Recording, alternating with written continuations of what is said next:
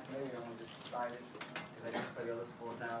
You know, this cardio section's a pretty difficult section. There's a lot of material, not only to get but to integrate. This is the first real integration of, but as you'll see, a bunch of different systems here besides cardiovascular.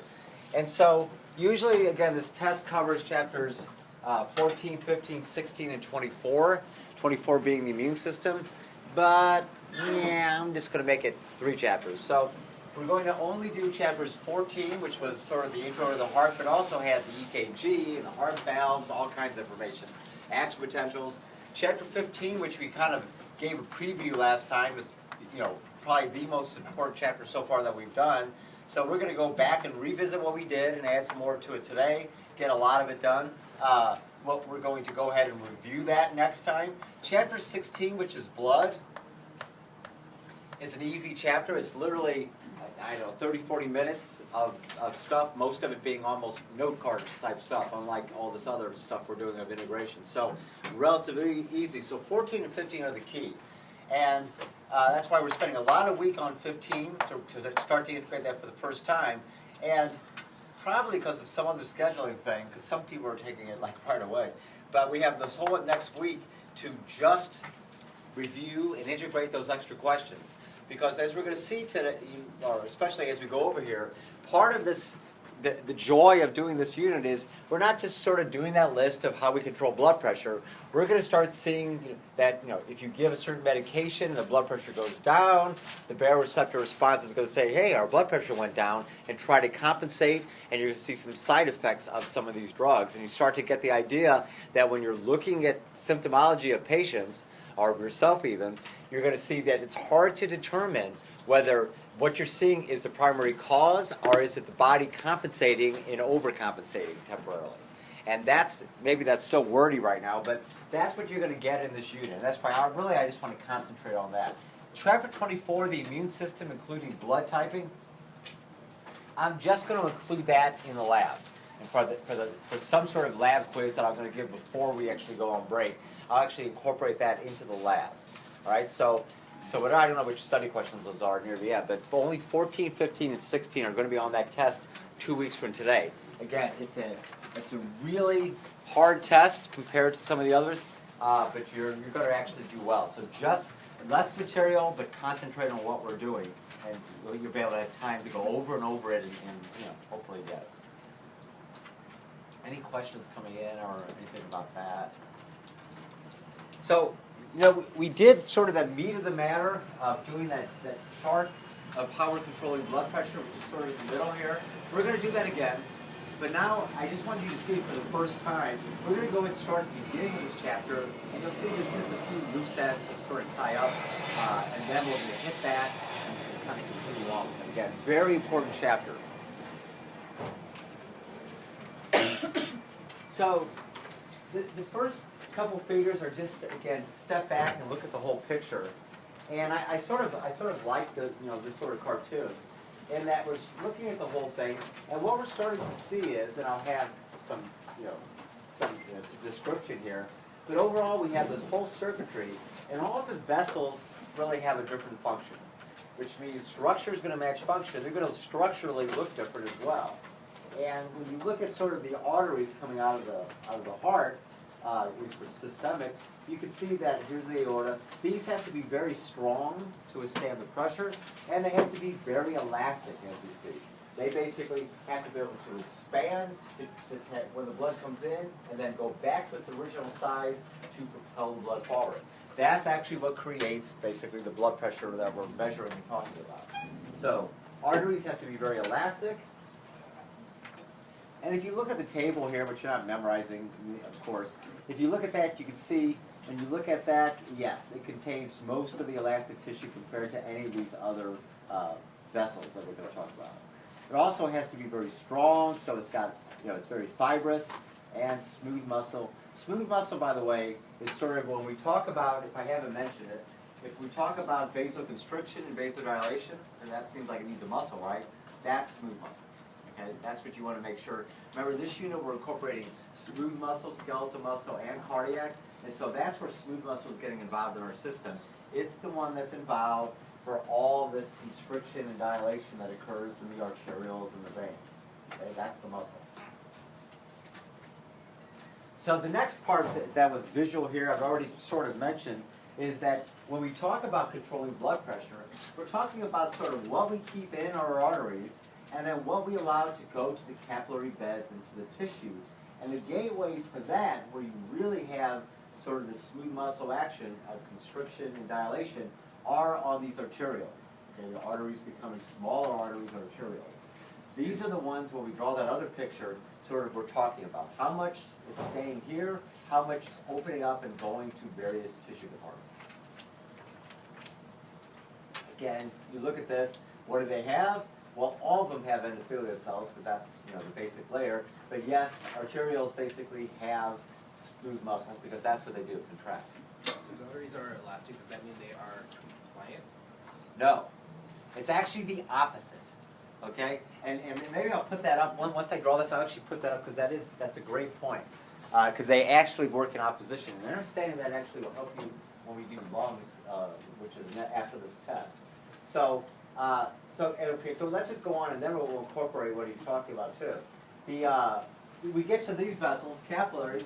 Well, their job is to exchange, and they want easy exchange. That was exchange of epithelium. And so, if you look at those again, you can see that's what they have. Okay, they don't want smooth muscle. They don't want connective tissue. They simply want a layer to allow easy exchange. And then veins are somewhat in the middle. But when we go back, the thing which shows, and again, I wish I had that other picture, but we'll try to draw it. But veins, you can see these one-way valves again. The idea, this is under very low pressure, and so to get it back to the heart, venous return, we've got to do a couple things. One of it is sort of the skeletal respiratory pump of squeezing, and that's so that's two of them: the skeletal pump, respiratory pump, and the third one was what? We're going to constrict, okay, with sympathetic. We'll add that. And that's where, since you had asked, it's actually sort of a good point to bring. Let's bring the heart, and we sort of go to the arteries, arterioles, capillary bed, and make a picture kind of like we had before. And so the idea of compliance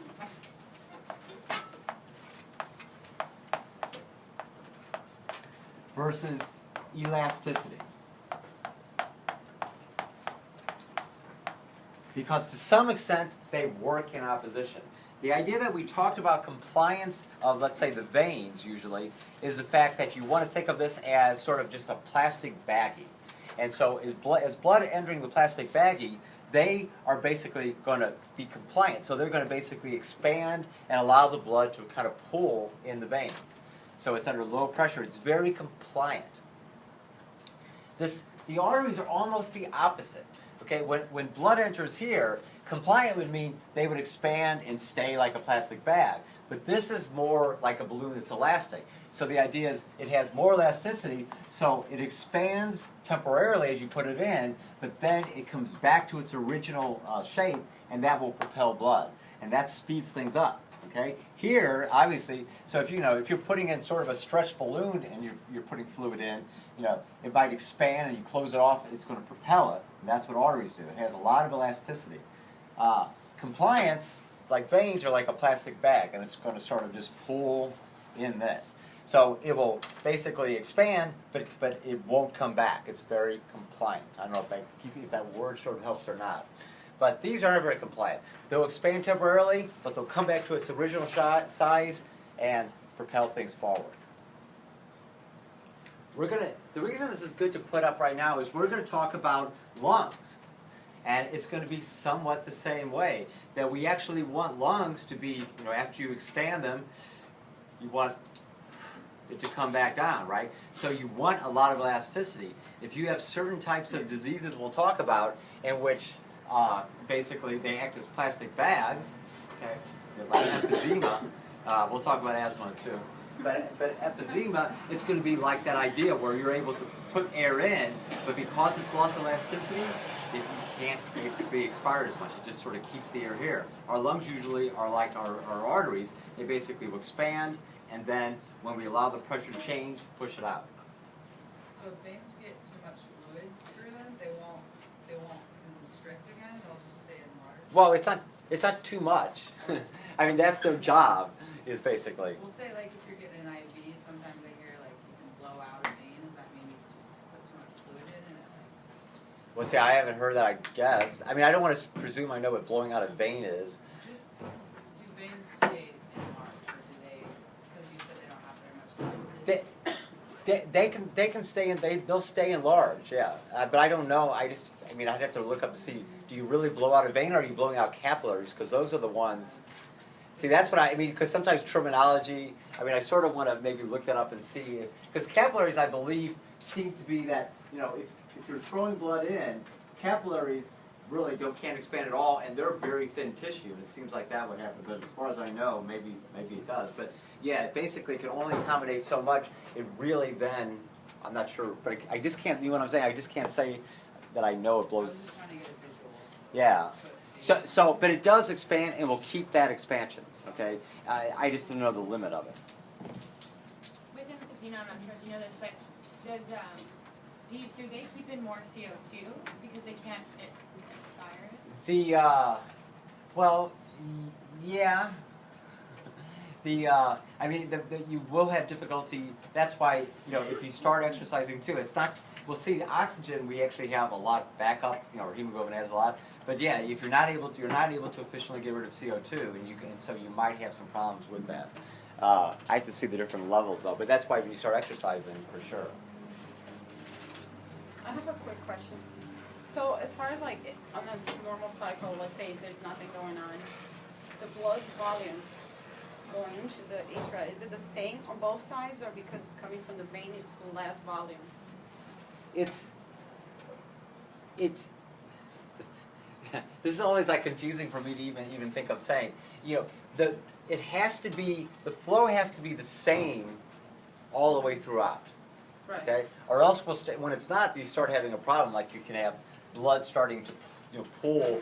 Like, you know, if you're getting the blood flow to the right, but you're having trouble with the left ventricle not working, what's going to happen is blood is going to start pooling into your pulmonary, and that's when you talk about congestive heart failure. You're sort of getting that idea. So normally the flow is equal. So how much is entering? You know, the right side is how much is leaving the left side. So. That's the best way that I can explain it. So they are matched. So that's all that is in here of like memorizing that. Overall, we're not going to, you know, they have sort of steps. This is just to illustrate kind of what we're saying about those arteries in the aorta and blood pressure. The idea is these can expand, okay, and they can take a lot of expansion, obviously. Now, the idea is we're going to pump out during systole. Okay, semi-Leonard's valves open and that. And then, of course, we're going to go diastole. Semi-lunar valves close, in this case the aortic. And that way, because now there's only one way to go, because these are elastic, they come back down, drives the blood forward, that's blood pressure. Okay? So you need this elasticity, you know, to actually be able to do that. Elastic recoil. So the semi-lunar valves open during the systole, right? Yes, because so all the valves, you know, with systole, valves are opening up. Like even atrial systole, the AV valves open up to allow blood to go through. During ventricular systole, exactly, they're opening up so that blood can go. And then as soon as the pressure lets off here, that closes the valve, and of course we hear dub, and then now this blood will be propelled forward, and that's blood pressure. Simple. So don't memorize any. Let's just see. We just want to make sure we get it. So we are going to need to know these two equations. And the idea of this, well, let's look at this again. We've seen this picture before. Let's kind of, you know, get a little more, you know, depth as we're measuring blood pressure here. And this is, by the way, this is mean arterial, or no, this is actually the actual pressure. So we have systolic and diastolic, systolic and diastolic. In the heart, you can basically go to the high, but you can almost go to zero, not quite, but when you're relaxing. But when we get to the point of, you know, in the aorta, because the aortic valve closes, we're not going to drop to zero, but we're dropping to the diastolic pressure then. So this is in the aorta and then moving forward. And So you're going to have this, and we're going to measure blood pressure around here. We're not going to put a cup around your aorta, but it's, it's pretty indicative of your blood pressure. But as you go through the arteries, blood pressure is dropping, and then you get to the capillaries, they drop a lot, and veins, again, we talked about very low pressure. So we're measuring pressure here. Now, if you look at the mean arterial pressure, which is what this line represents, you notice, normally when you have a mean, okay, let's say we have 120 over 60. So we're measuring blood pressure, I think most of us already have this, right? It's systolic over diastolic. And let's say it's 100 over, or 120 over 60. Now, if you're doing a mean of two numbers, what do you usually do? 120 plus 60 divided by 2, right? But if you look at where the mean is, the mean arterial pressure, it's much closer to diastolic. And that's why there's a couple ways you might see this formula, but it ends up when you multiply it out, you see this, and I like this better, because it says to determine the mean arterial pressure, it's 1/3 your systolic, but 2/3 your diastolic. So who has more influence here? Diastolic. And if you look at this, let's go back to our EKG. And I know you're supposed to have that little line, some of them going up, but I always just can't do it. I don't mean to give a bad heartbeat. Now I'm going to try to do it, but I can't do it. It's wait, anyway, sorry. So we have P, QRS, T, P, QRS, T. Now where is ventricular systole?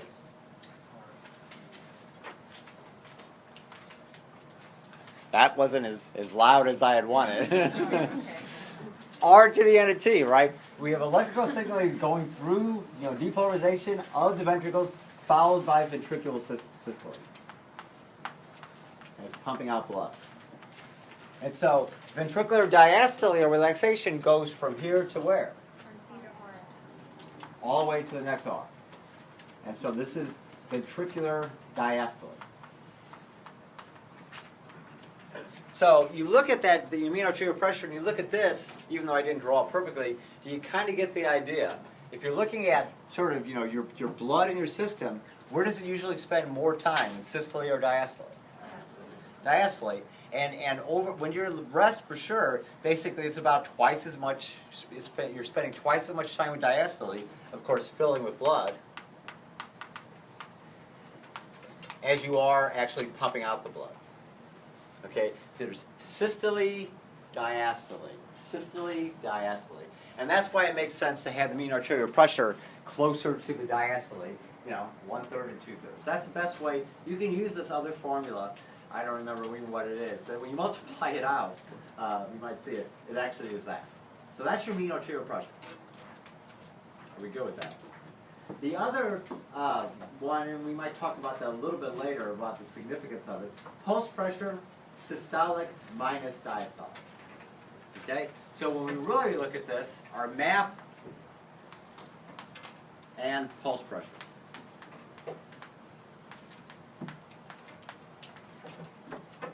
So you might need a little calculator on the next test, but this is the kind of stuff we're doing, right? So the mean arterial pressure would be what? 1/3 of which is 120 plus 2/3 of diastolic, which is 60. So that's what? 40 plus 40. So your mean arterial pressure would then be 80. What's your pulse pressure? Systolic minus diastolic, 60. Okay? These are millimeters of mercury. I should put units. Measuring pressure.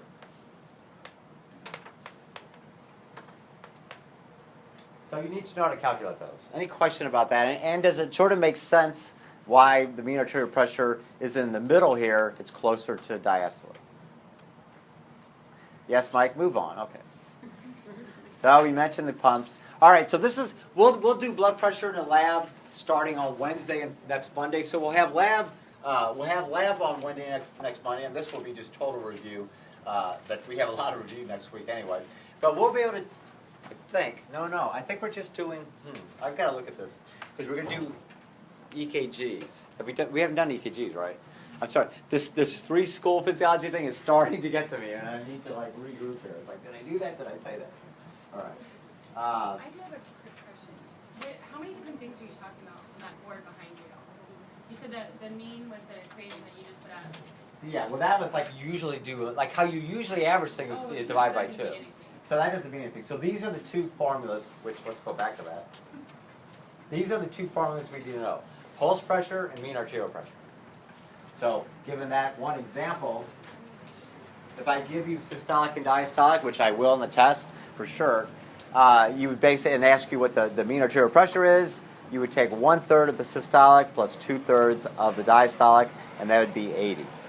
If I ask you the pulse pressure, you simply subtract the diastolic from the systolic. That's 120 minus 60 is 60. So those are the real things you do. Now we will at some point. I just don't know exactly how I want to incorporate it into my labs right now. We'll take our blood pressure. We're not going to use that machine for it. I just want us to take blood pressure before and after exercise to illustrate something in lab. And we're also going to do EKG.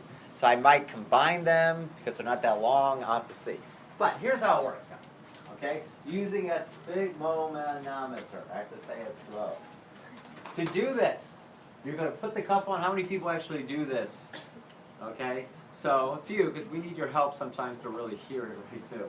But what you're going to do is you're going to basically cut off the circulation. So you're putting on the you're putting the cuff on, pumping it up to greater than 120. I don't know exactly, depending on, I guess, if you have high blood pressure. But what you're doing is restricting flow. You're putting the stethoscope basically underneath this, trying to listen for sounds. And when you close off the artery, you're not going to hear anything. All right? Now you slowly let up the pressure. And when there's a little bit of flow, because but it's not complete, we're restricting flow. It's very, my words are going off. But because we're restricting flow, we're creating turbulence, that makes sounds. Just like when we had the heart valve that didn't open completely, we had sounds coming out because it's just turbulent fluid.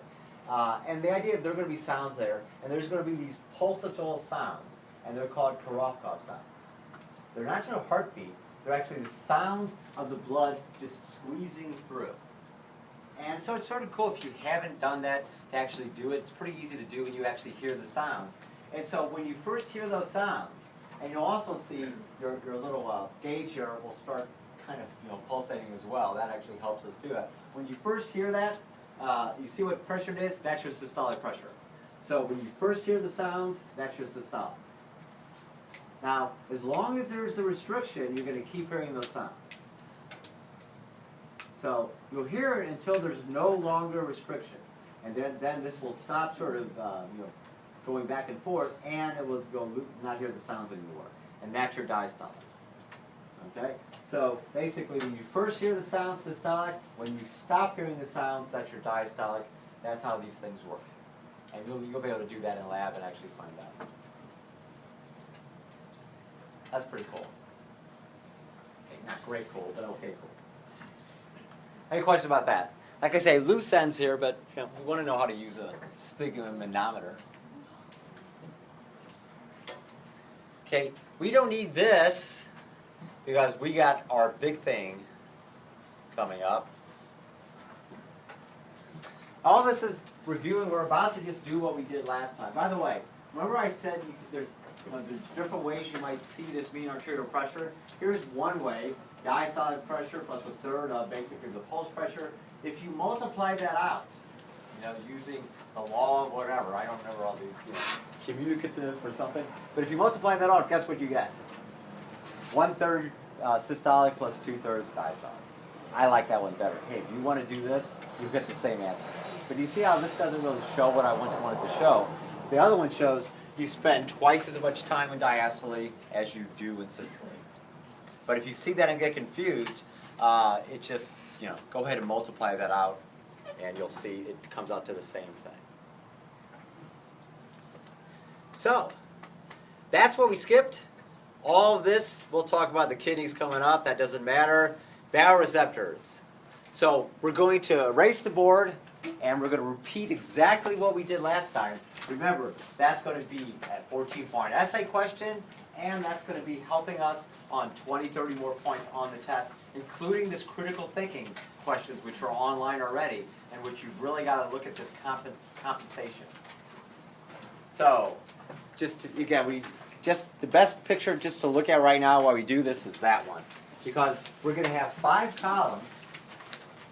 Because as I said last time, and I'll just sort of repeat it, the sensors which detect changes in blood pressure are basically located, they're called baroreceptors, they're pressure. They're located coming out of the heart and the aorta and going to the brain and the carotid artery.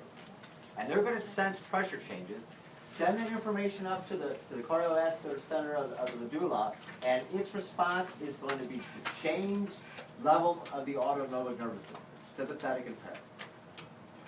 Now, why we do this in 5 columns is we see the parasympathetic, basically, in this system, only affects the SA node. It's only innervating the SA node, and therefore only affecting, what does the SA node affect? Heart rate.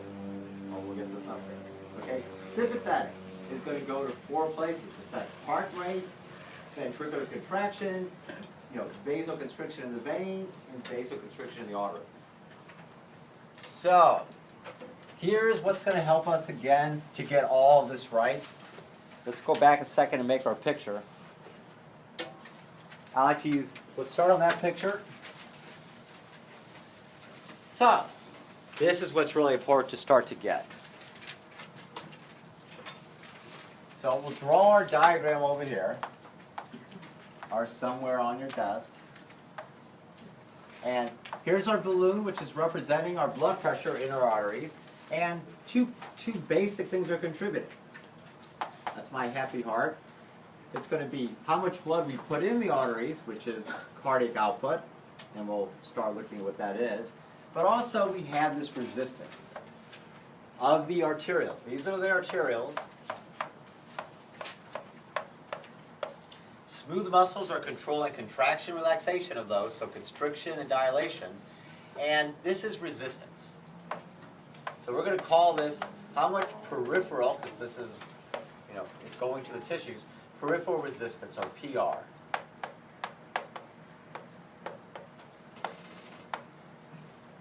For abbreviation. So if we constrict, what happens to peripheral resistance? I need to hear it. Somebody, you don't have to whisper. And what will happen to blood pressure? Increase as well, right? If you increase resistance, the blood stays in the balloon. Okay, that increases blood pressure. That's why I like this balloon analogy. If you dilate, blood pressure can go down, it can go to the tissues. On this side, it's cardiac output. If you put more in, cardiac output, blood pressure is going to go up. If you lower how much goes in, blood pressure can go down. So this is why we're sort of dealing with both sides here. For cardiac output equals what? Heart rate times. Are you guys listening to the game? I need you engaged there. Cardiac output equals heart rate times stroke volume. Okay? Heart rate is what? Beats per minute. Stroke volume, mils per beat. How much are we ejecting per beat? So heart rate is pretty easy, but again, this stroke volume is, mils per beat. How much we eject per beat. Now, of course, we also have here, kind of just to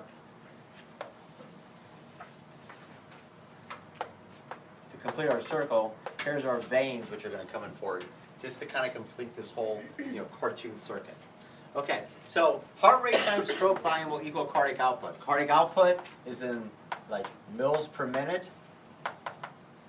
Heart rate beats per minute. So it sort of makes sense. Beats per minute times mils per beat will be mils per minute. Both things contribute. If you increase cardiac output, you can increase heart rate. That will increase it. R can increase stroke volume. Okay, more beats per minute. Also, if we can get more out per beat, that's more blood going in. But we have to also put the idea that stroke volume, because we control it separately, has two components. So they are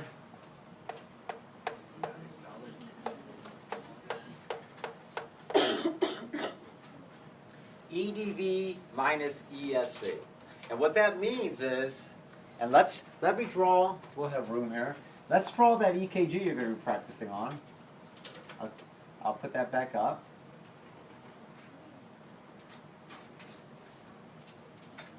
Okay, we had P, QRS, T, P, QRS, T. Okay, all I care about is drawing again R to the end of T, which was ventricular systole, and then T to the following R, ventricular diastole. Okay, stroke volume. Okay, and we'll go back to that equation in a minute. It's going to be based on two things: how much blood we put in. Okay, that's going to be, if we want to determine how much blood we put in right before we contract, that would be, we're going to be what? This whole period, we're doing what during diastole? Filling. Remember, that means over here too, right? We're starting over here. This whole thing until R is filling. Yeah, this was starting from another beat. And so we're filling, okay? When are we done filling? At the end of what? Diastole, right? Then we're going to contract. So if you want to know how much we put in, we will measure it at the end of diastole, and that's why, and we won't put everything associated with this right now, that's why the end of diastole, EDV, basically you can measure how much did we put in. So basically, to figure out our stroke volume, we figure out how much we put in, which is at the end of diastole. Now, and again, it helps sometimes just to play with numbers. Let's say it's 140 mils. And we put 140 mils in when we see it at the end of diastole. Now we're going to contract, right? We're up to systole. We filled. Here's the EDV volume. Let's say it's 140 mils. And now we're going to what? Contract. Again, do we squeeze out every mil, every drop? Like a sponge? No. We actually have some left. And we want to know how much is left, because then we'll know how much we eject. And again, if we only have, so minus what is left after systole. Let's say we have 60 left. That means we ejected what? 140 minus 60, 80 mils. That's our stroke volume, how much we eject per beat. It's what we put in minus what is left after we contract, after systole, will be what we eject, stroke volume. So ESV is the end of systole, the end systolic volume, because aren't we going to find out then, basically, what is left? We're going to start with 140, we're contracting, the end of T, therefore, represents where we can measure the end systolic volume. What did I put? 60. We put 140 in, we contracted it out, there's 60 left, we must have ejected 80. Okay? That's why when you look at stroke volume, because as you remember, kind of remember, and we're going to do it again, our nervous system is affecting these separately. Okay? And so we want to be able to control this. So the idea of heart rate times stroke volume basically is how much we put in minus what is left after we contract. That is what we eject per beat. Okay? And that's why right now the letters are EDV, ESV. Sometimes actually I think it helps to make sense when you start playing with this and practicing as well. So if you want to know how much we put in, we measure it at the end of filling, at the end of diastole. That's why EDV is at R.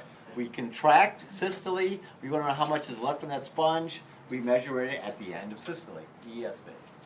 So, believe me, I understand these three letters, and you got all this stuff, you got anatomy, now you got EDVs, okay? You really want to be doing this, okay? You got 2 weeks. That's hard, but you want to be practicing. I mean, there's other things on this EKG that we put in you want to practice too. We'll start practicing that as well. But you want to start practicing to reproduce this. Once you get this and start to understand it, then when we do that chart, it's just almost just finishing it up, okay? It's not a separate memorization. Questions before I even go start? So for ESV being the end of systole, we would want to measure ESV to find out how much is left, right? Or no, how much went in? No, what goes in is we're filling Oh, it that's diastole. Okay. Right. We want to know how much is left after we contract it. So that's we're contracting during systole, right?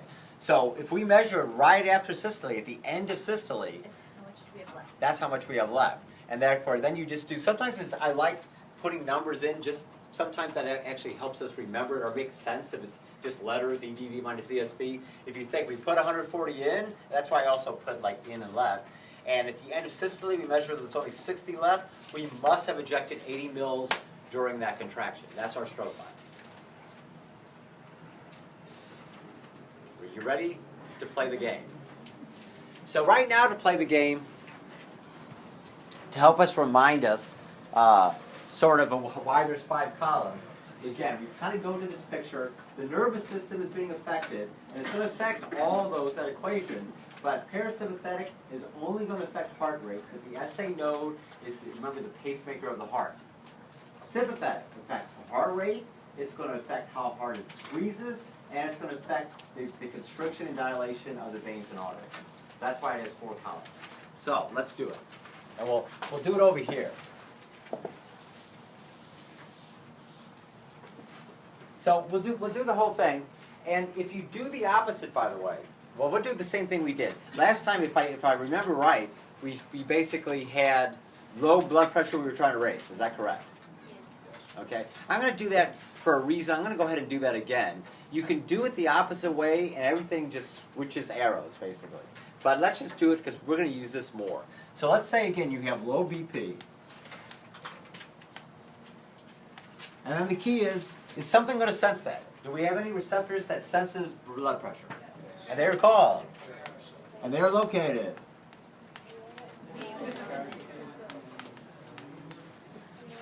We're like all bumbling today.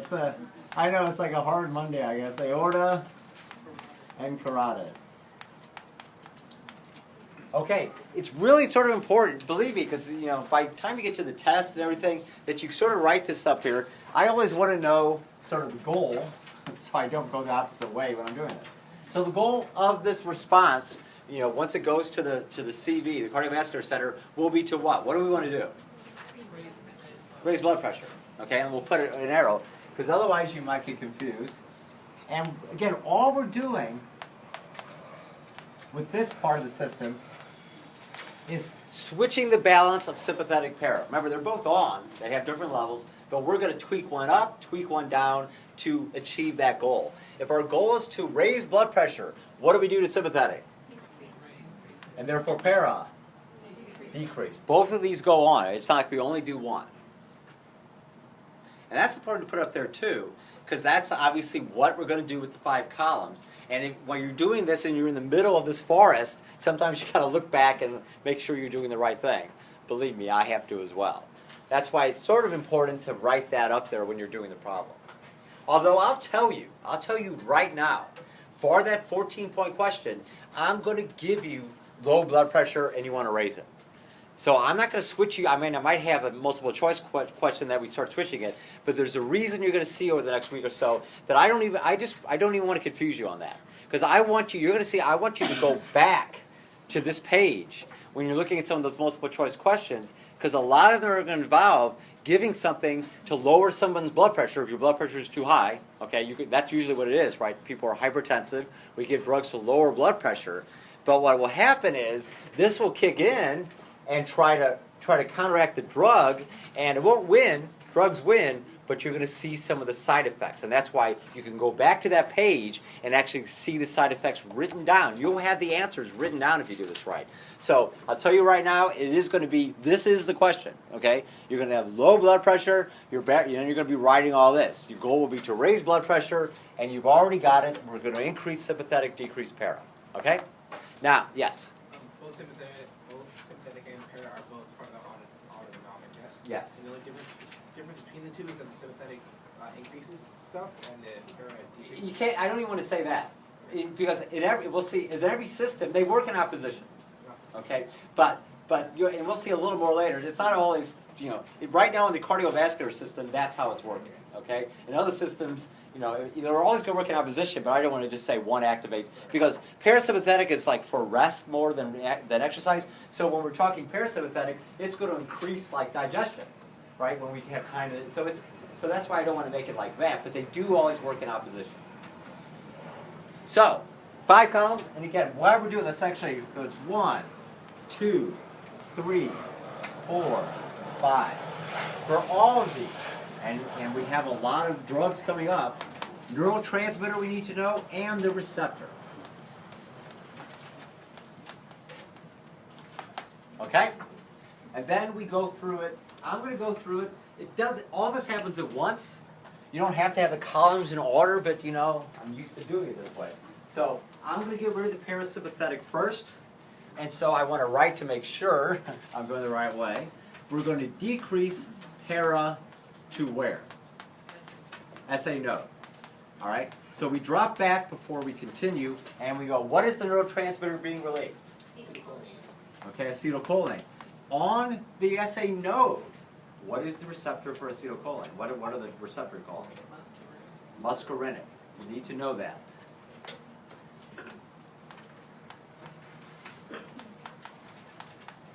It's not the same receptor for acetylcholine that's on our skeletal muscle or on that reward pathway. Remember, that was affected by nicotine, and they call those nicotinic receptors. A lot of receptors are named on sort of drug sensitivity, even the DHP receptor and all that. So you don't have to know the nicotinic receptors. But these are called muscarinic receptors, and it's another toxin that can affect these things. All right, but now we go. And this is where this will immediately go to where you wrote this equation somewhere on next to this. And the idea is to follow this linearly. If you are decreasing parasympathetic to the SA node, what are you directly affecting? You always have to go small to big. What are you directly affecting? Heart rate, right? We all agree on that. That's this is not over here. This is not SA node. This is. And if you decrease the para, what's going to happen to heart rate? You're inhibiting the inhibitor type thing. Okay? So you're decreasing this inhibitor, that increases heart rate. We all see that. Okay, now follow it. If we increase heart rate, what happens?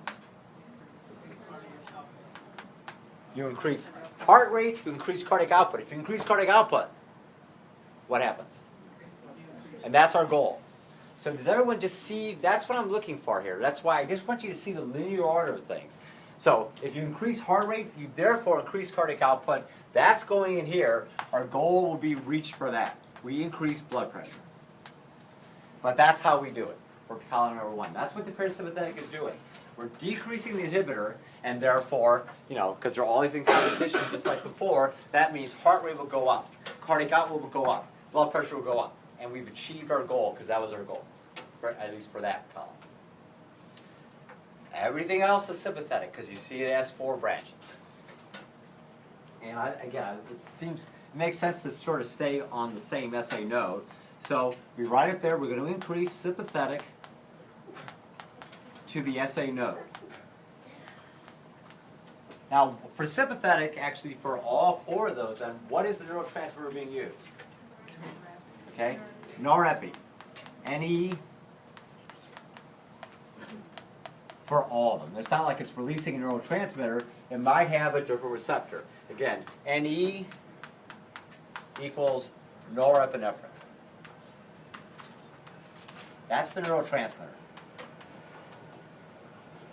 Now, on the SA node, and the next one we're going to do, on the ventricles, what is the name of the receptor that norepi is binding to? What is it? Beta 1. Okay, beta blockers that we're going to talk about affect those. Okay, but make sure you write 1 right now. These are beta 1 receptors. Go ahead and just get it because we're going to do the ventricles next.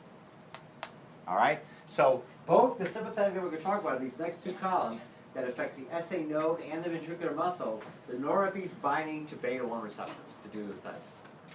So, for the SA node, if we increase sympathetic to the SA node, what do we directly affect? And what do we do to heart rate? If we increase heart rate,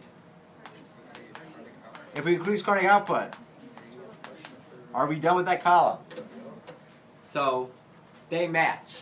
If they don't match, you better look and see what you did, right? Because we're doing the same thing. We want to increase heart rate. We do just like we did with the nervous system. What was the two ways to sort of get it going? Increase the positive, decrease the negative.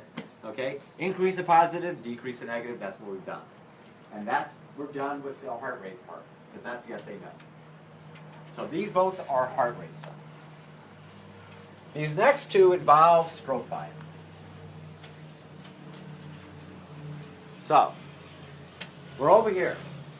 We do the ventricles next. We've already given its receptor. It's beta 1. So we're going to increase sympathetic to those muscles, sympathetic to the ventricular muscles. Now, before we go over there, we want to know, well, what does that do to this muscle? Okay? What is it going to do to the ventricular muscles? Exactly. Doesn't matter exactly how you say it, it's going to increase the contractile force. They're going to squeeze harder. Okay? And that means they're going to pump out more blood. So we're going to increase, again, I don't care exactly how you say it, there's several ways to say it, but we're going to increase the contractile force. How, the intensity of the ventricles contracting. Okay? Just like a sponge. If we're increasing the force, that's like a sponge and we're squeezing harder. So now, and again, we want to be very specific on these two columns. You don't start at the end, blood pressure, I'm going, to lunch, okay? You start very specifically. If we increase the contractile force, what specific term are we looking at, specifically? More specifically. ESV. Because remember, ESV, the end systolic volume, that was how much was left after we squeezed. If we squeeze harder, what happens to what is left?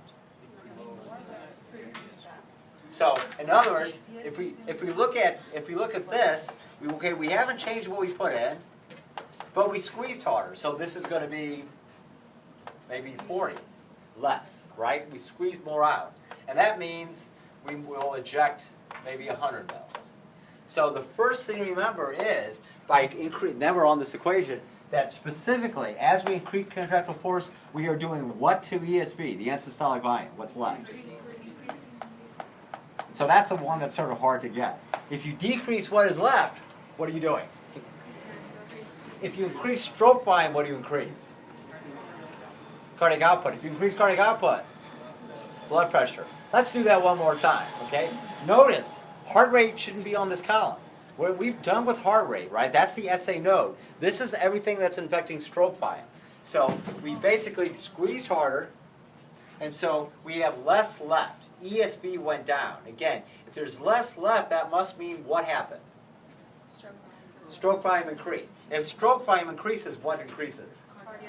And therefore, okay? So, 4, 5, and 6. Okay? So, increased ventricular force because of more sympathetic. Lower amount left, that means more was ejected. Greater stroke volume. Greater stroke volume, that means cardiac output increase. Cardiac output increases, that increases blood pressure. Are we done with that column? Yes. Okay? So the stroke ones are harder. Okay, there's more steps. But you want to get it where you're not memorizing some random things. You want to see where it starts to make some sense. Then, once you have this down, this becomes, you understand it. It's not just writing down to get 14 points. You actually understand what's happening. So that's what's literally happening. The sympathetic is causing your ventricles to contract more and pump out more blood. And so less is left, but that means more was pumped out per beat. More per beat, which is stroke volume, means cardiac output goes up, blood pressure goes up. That's the linear order there.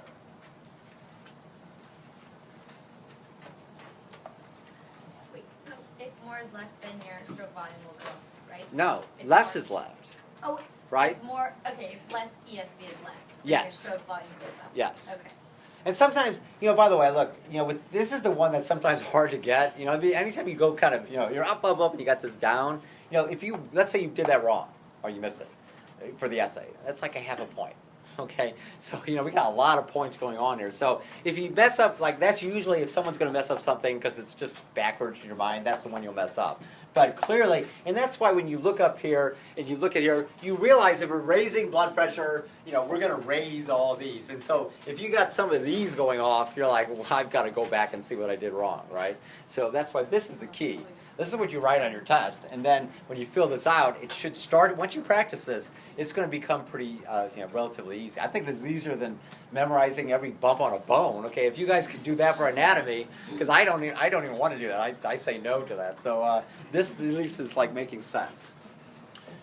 Okay, now we have the hardest one. Not hardest, but it's really has 7 steps. And so we're done with the heart. Are we done? Are we glad we're done with the heart?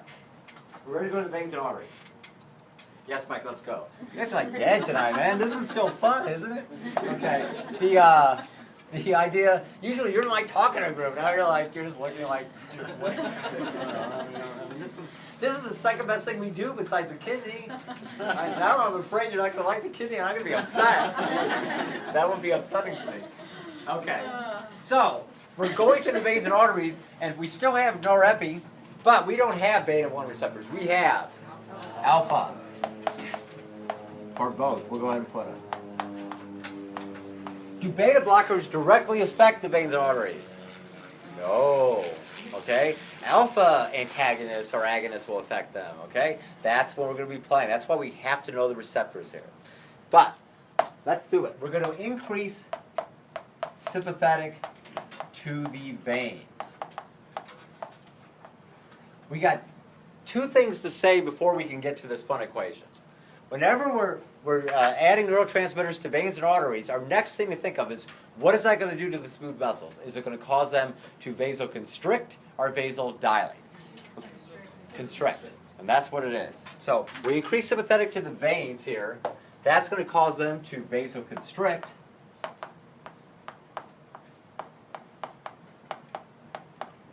And if we vasoconstrict these guys, what follows next before we get to that? It's going to increase something. Everybody, let's say it loud. Venous return, venous return. Venous return is very important because, again, we have these 2 compartments overall, the arterial side and the venous side. The venous side, again, by being compliant, is sort of our reservoir. If we don't need any more blood there, we're sort of resting like you are now and kind of half sleeping, okay? You're getting enough blood to your tissues, your blood pressure's up. But if you're me and I'm like, this is really cool, guys, okay, I need to get some of that blood that's sitting in my veins up here so I can be moving around and my brain can be flying, okay? So venous return is actually a very important concept, okay? And even when you're talking about cardiovascular problems, sometimes they call this preload and afterload. It's very important to get enough blood back to get the heart working, okay? So overall, that's what we want. That's why that word is pretty important. We want to increase, arrow up, venous return. And that's what it does. We talked about why as far as compliance. So, any questions about that? Does everyone sort of get that? By sympathetic going to the veins, you see it going to the veins, it constricts them, that increases venous return. Now, we take a drink of our water. Remember, we got like 3 hours to take the test. And you're like, okay, let's go to this equation. And Mike wants us to be specific and then get global. If you increase venous return, what do you specifically affect here, specifically? EDV, right? EDV is how much we put in. We're doing what to EDV? We're putting more in. And if you put more in, more goes out because of the Frank-Starling law. So let's first write that. We increase EDV. So, again, now it's the idea, we put in, let's say 160. Let's go back to this original. Minus 60, it's hard to read. And we can get 100 mils out that way. We're not combining them right now. If you put more in, that goes out. The reason, again, is sort of that like smooth muscles, I'm going to write this in a second too, but the cardiac muscles work like stretch receptors, okay? Basically, if you stretch these muscles, I'm going to write this in a minute after we get this. Basically, it's going to allow contraction to basically happen harder to eject that blood. Whatever goes in extra is pumped out. And there's different ways that Frank-Starling has said, but that's basically it. If we're able to put more blood in the ventricles, it's going to basically expand and then have the extra force to pump that extra blood out. And that's really important, Okay, that's why we're doing this. We increase how much goes in. We want to make sure it doesn't stay in the heart or the lung, pulmonary system. We want it pumped out. And that's what will happen because that's how cardiac muscles work, like basically rubber bands. So again, now we go to this. Let's just do this again. We've increased sympathetic to the veins. It causes them to vasoconstrict. We've increased venous return. Therefore, we have increased EDV. If you increase what you put in, you increase what? Stroke volume. If you increase stroke volume, you increase what? And therefore, blood pressure. Okay? That's why this sort of has 7, but once you get to here, hopefully you start to get it. Increase EDV, that increases stroke volume. Therefore, that increases cardiac output. Therefore, that increases blood pressure. Are we done with that fun column? Yes, sir. Are all the receptors we mentioned all baroreceptors? The baroreceptors are the initial receptors on the aorta and carotid that monitor the blood pressure.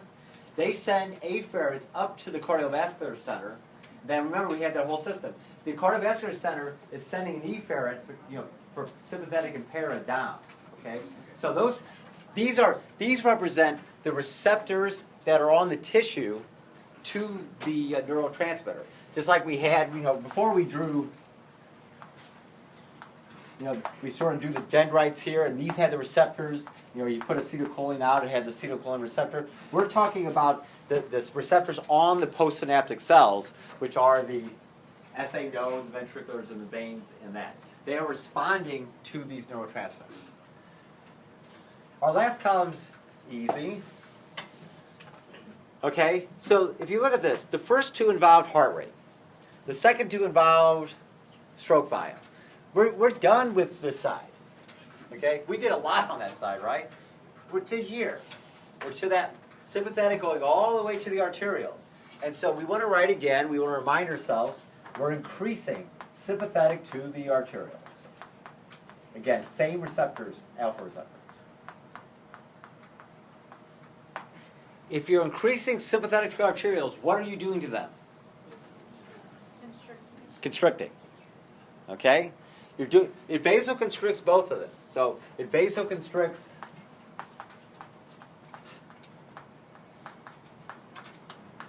the arterioles. Let's say you were, because some people have this on the test, they got this dyslexia thing going on. I think I just said it like your dyslexia. The key with this is, you drop back again, you take another drink of your coffee, and you're like, well, wait a minute. The goal is to raise blood pressure, so I want to raise blood pressure. I have my figure here. Okay, well, raising blood pressure will be constricting, raising it, or dilating it, and I think we all visually see this now. Constricting it keeps it in, and you'll get it right. So that's why the visual, this whole thing really helps most people, to make sure you don't make a mistake. So you're not just, if you just look at this and you say you're memorizing that just makes no sense to me, okay? These are on weird note cards. I mean, you can do it, but I want it to make sense. So we're going to vasoconstrict. If you vasoconstrict, what do you affect specifically? Peripheral resistance, PR. And you're going to do what to it? If you increase PR, what happens? Blood pressure, and we're done. Don't go back on this side. I don't want any heart rates over here. We did all that. The last column is simply here. We increase sympathetic to these arterioles. They cause them to vasoconstrict. That increases the peripheral resistance, therefore blood pressure, and we have accomplished our goal, hopefully. Yeah, baby, this is cool. Come on, okay. I know it's a long day. You're up at 5 a.m. Who knows what you did yesterday? There's the baseball on, football on, and you're like, I don't want to be here. But you're going to eventually appreciate this. Whenever you get like a moment like, wow, I can't believe I know this. If I would have done this the first day, okay, you would have complained to the dean about me right away. Like, we're not in medical school. What's he doing? But I know this because I've done this before. I bet everybody here, even if you're like, doing poorly on my test because of the crazy questions and all that, everybody here understands that. And then that's got to be a cool thing, okay? You might forget some of the details, but you actually understand second by second how we control blood pressure. Breathing in and out, we're going to do this for the EKG, you change your blood pressure. And what's going to happen is your baroreceptor is going to basically start doing this to change it. And in lab, we're going to actually see, because your blood pressure is changing, breathing in versus breathing out, your heart rate will be different because of this response, because we're changing blood pressure. This is happening, this is tonic, right? This is happening constantly. And then when we get to drugs next week, or later on Wednesday, beta blockers, alpha blockers, and all that, you're going to really see what they do and why, when you read on the labels, the side effects that you might be looking for, why the side effects are there. It's sort of this overcompensation. That's why this is the key to some extent, the future of this class going into the kidney, but also this is the peak of where we are right now. This is not some little details. This is sort of a systemic idea of what's going on in our entire body, combining cardiovascular system with the nervous system, controlling something very important, blood pressure. Have I got you in yet? Okay? All right. Any questions about that besides we need to practice it more? So the very last column is the arterial, right? Yes. And then the fourth one is what then? The Venous? veins, yeah. Okay. So I sort of start on the heart, I kind of go this way. It doesn't matter, but you Yeah. know, that's how I'm drawing. It helps. Yeah, I think it actually does. So, are you ready for the next step? Let's take a drink. Look at that for a minute. You can check your scores on your phone or whatever. And is the baseball already done, or are they going on now? Cause I'm from St. Louis, and so I want them to beat up the Dodgers, and I hate the Dodgers. So, I know. Dodger fans, though, I used to went to games. They are really mean. Is that you? Because I used to go to games when I was a little kid, and these Dodger fans, I'm like, you're nasty, man. Not like Oakland Raiders fans, but still. Like, whoa.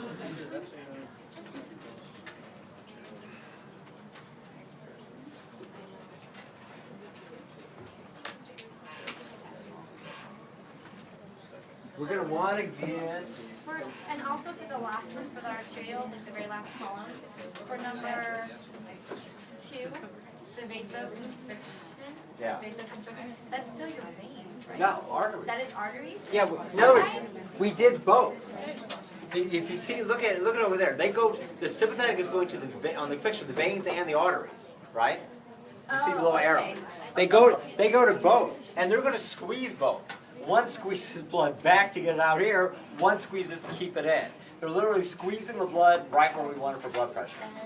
Sort of cool that that's good that they do the same thing too. Then you can kind of remember that. I'm like, why does they vaso on both if one's arterial and one's veins? Because they both do that. Because you could call this veno, but yeah, they're both doing that. They're constricting both vessels. Okay.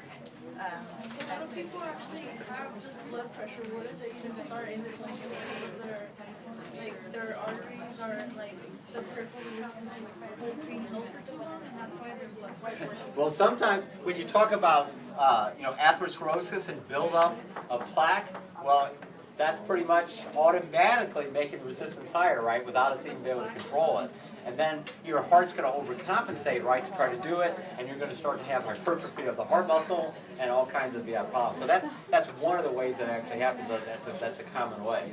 So the plaque results of like It structurally is narrowing the vessels, which is therefore basically increasing peripheral resistance and putting more pressure on the heart to try to get the blood further on to the body. Our goal is to get to the body, and it's got to make it through those little divisions now. So blood pressure, to try to push it through, is increased. Your heart's under stress, and it's increasing the blood pressure that's in your arteries.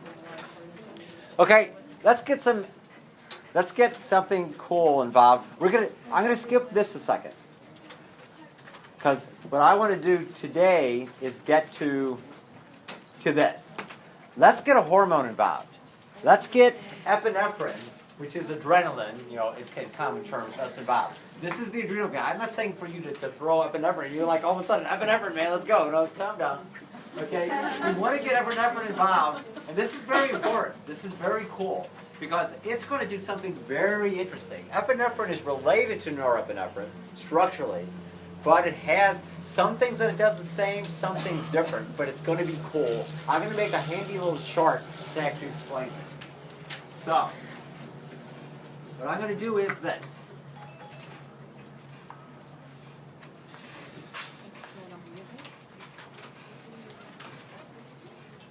I'm going to put, this is norepi, and this is going to be epinephrine. Remember, epinephrine,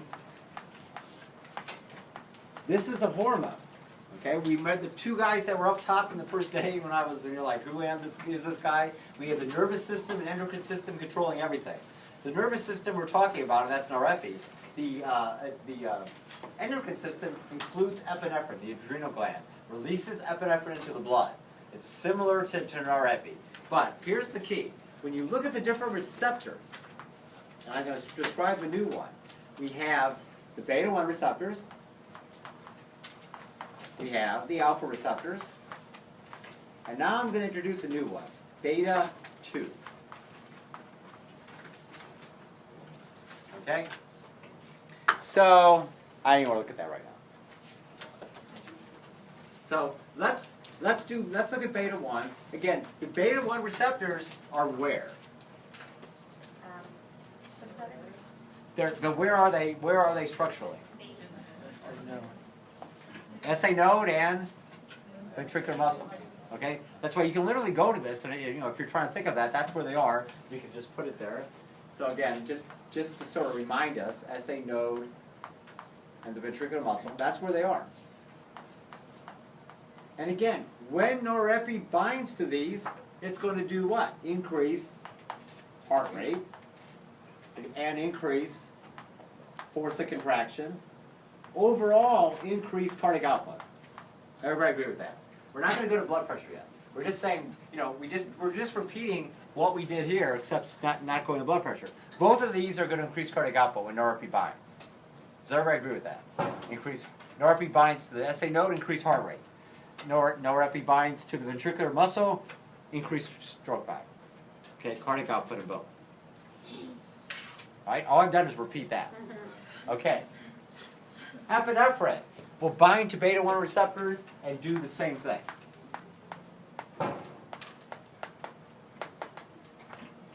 So epinephrine, fight or flight.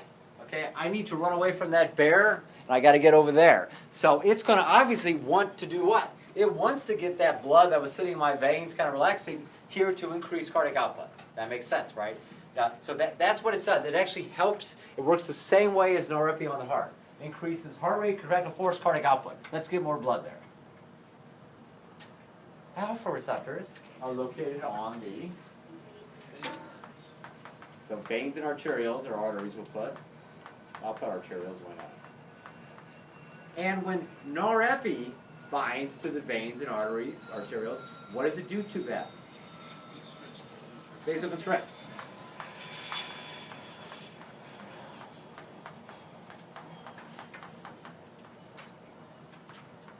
Now, it's sort of confusing in my handout, and I want to make it clearer, I want to make a point of this right now, that although epinephrine can bind to alpha receptors, it doesn't do much to them, okay? It doesn't have very much of an effect.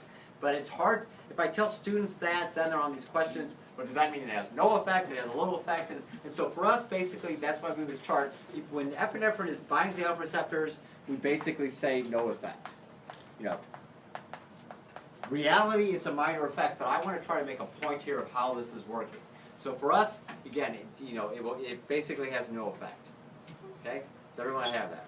So it basically is not going to do anything to those veins and arteries. And so what we've done so far is increase cardiac output, but we've also had this this venous constriction, right? Now, if we're trying to run away from a bear and we're increasing cardiac output, is our goal just to increase blood pressure and blow a gasket?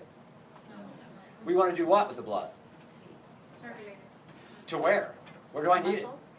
Skeletal muscle. Okay. Liver. It's got my glucose. I need that. What else? Heart's beating. Don't I need to make sure we got enough blood to the heart? So, beta-2 receptors. They are located. Okay. Well, first of all, norepinephrine doesn't even bind to beta-2 receptors.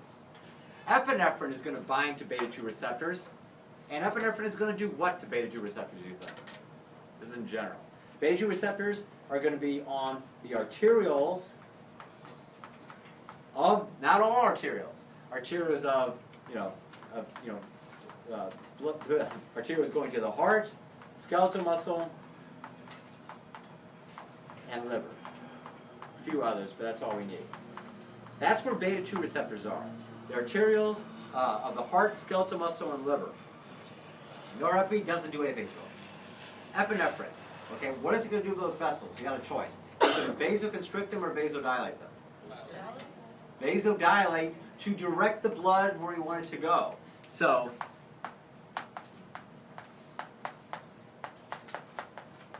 in other words, that's the cool thing about epinephrine here. And that chart will help us here.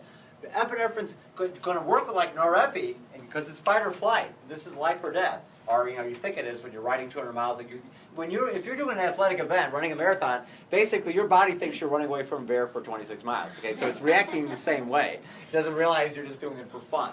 Okay, so the idea is we want to increase cardiac output, and both epinephrine and norepinephrine do that. They work together on the heart. But we don't want just the pressure just to go up. We want to direct the blood where we want it. We don't want it to go everywhere.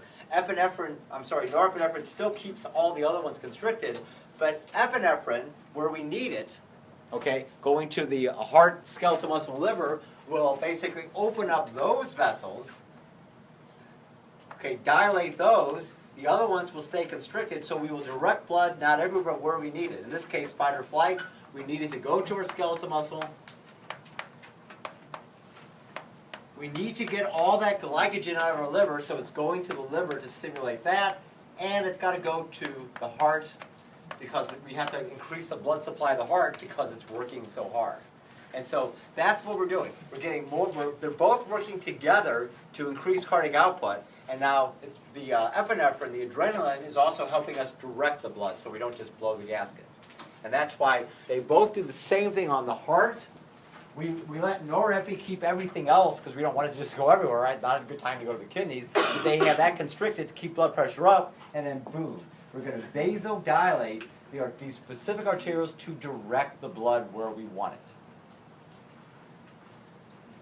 Now we've got the endocrine system and the whole nervous system controlling blood pressure and control. Is everyone getting why I'm excited jumping? Okay? Do you see? No, well, you don't get it because it's weird. I'm weird, I know. But this, you just understand physiology, okay? And right now, again, there's details here you've got to get, but I think you're starting to get the feel of how systems are working together for the goal, okay? Our goal is to run away from the bear, or is fight or flight, right? And so we want to increase the blood that's been sitting here, increase cardiac output, and then direct it. Otherwise, what's the point? Our goal is not to raise our blood pressure to 300. It's to get blood in and direct where we want to go. And it's just sort of cool that it works this way. Okay, they work together on the heart, but here they do something different. Okay, they vasodilate to direct the blood. Yeah, baby.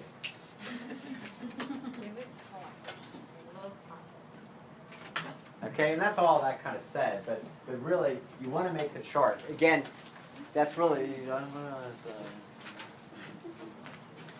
So, why do you have two, arrows to, this? that area? Right. No, You have this- skeletal liver and This heart. this was meant like dilation. I didn't have room here. So, Okay. we're constricting, and in fact, just sort of a picture, it's not a perfect Open. picture. What? An opening is what Yeah. you're trying to show. Yeah, Okay. something like this. It's like here they show, if everything was the same, we would constrict where we don't want it to go and then dilate to where we want it to go. So this could be the skeletal muscle, the heart and liver, and we could be constricting it to the kidney and all the other places. Okay? Okay. You're like, just look at the what is that? Yeah, I know my pictures. You can No. take better pictures. Any questions about that? Okay, so that's all we're gonna do today, because people will also have the lab tests and everything to study for.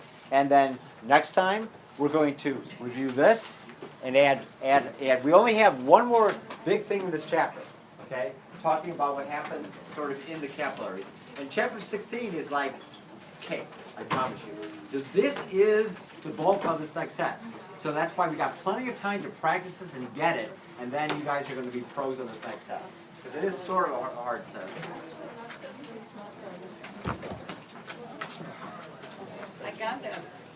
Yeah. See, once the clicks, then it's like, man, you know so much. I It's needed fun. that click, and I got it. You need a few times. Oh my Good. God, So it helps happy so now. much.